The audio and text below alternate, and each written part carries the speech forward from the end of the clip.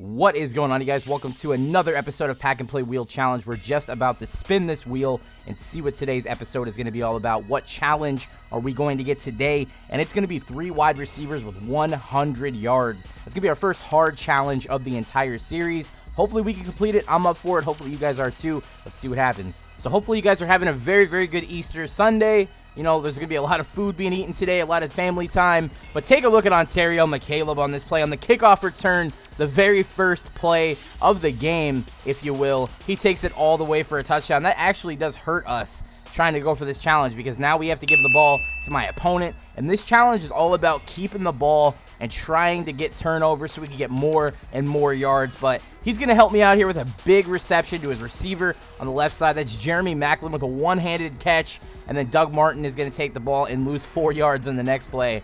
So, of course, like I said, the main focus of this game, getting turnovers, getting him into 3-and-out situations, and trying as hard as I can to get as many yards as possible through the air. And he's going to find Amari Cooper on his next play here and get a touchdown, which takes away our pro pack. But the good news about that is we have the ball and it's time to go to work. Now we got to get 3 receivers, 100 yards. And we're not going to start off too well, taking a sack here, going down to the 12. That was Aaron Donald breaking free from his DT position. Second down at 20, we find J.J. Nelson here, and he's going to go ahead and fumble the ball. But that's not going to be a fumble. Clearly see that he was down. That gets overturned, and we take back possession here. Third down and 8. Mariota's looking, trying to find Chris Johnson here, trying just to get a first down, but my opponent is not having any of that. And our first possession, we get absolutely no yards. So we're already going to be entering the second quarter here in 58 seconds. And my opponent is moving the ball yet again here. Open in the flats was his tight end or receiver. I'm not sure who that was, but he ends up getting the first down. So 1st and 10, he's looking, he's going deep.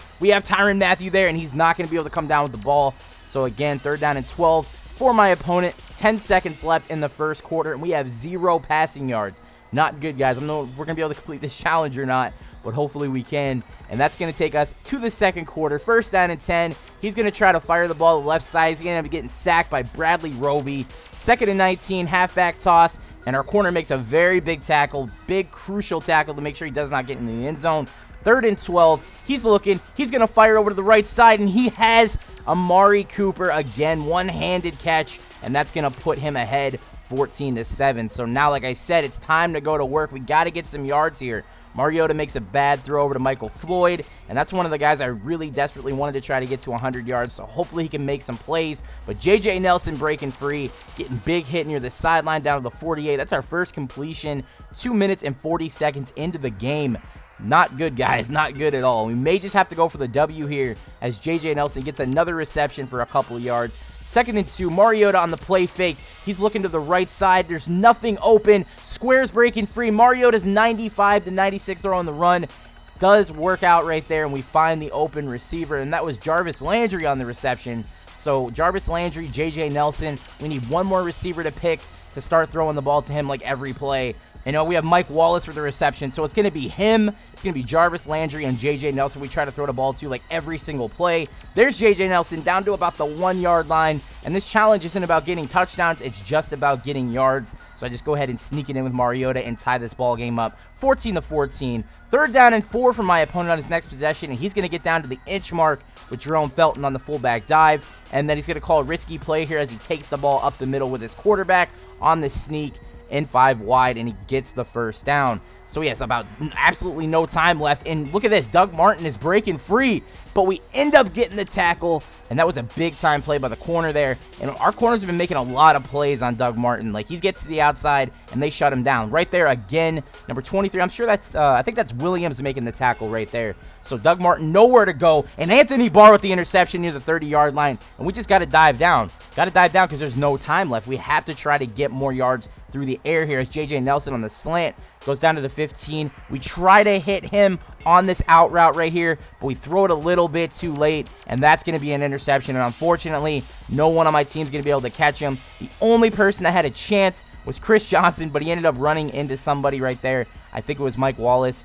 And, I mean, if you have Mike Wallace and Chris Johnson down on the play and you got to catch someone from behind, we're not going to catch him. So that was definitely a big mistake by me throwing that ball. But we do find Jarvis Landry here on the next play. I see I only have 94 passing yards and only a minute 50 left in the game. So there's really nothing I can do as we take another hit fumble the ball, and it's going to be picked up by Antoine Bethea, and that is going to be a turnover, and that is not something we need at all, especially just trying to win the game now. Like, if we're just trying to win the game and not go for the challenge, I mean, obviously I'm still going to go for the challenge if I can, but right now the main priority is to win the game, because any moment here he can get another score, and we're going to be down 2 going into the fourth quarter, and we get the sack there. Anthony Barr with the sack on Blake Bortles, and he's going to try to kick the field goal, but it's going to come up short.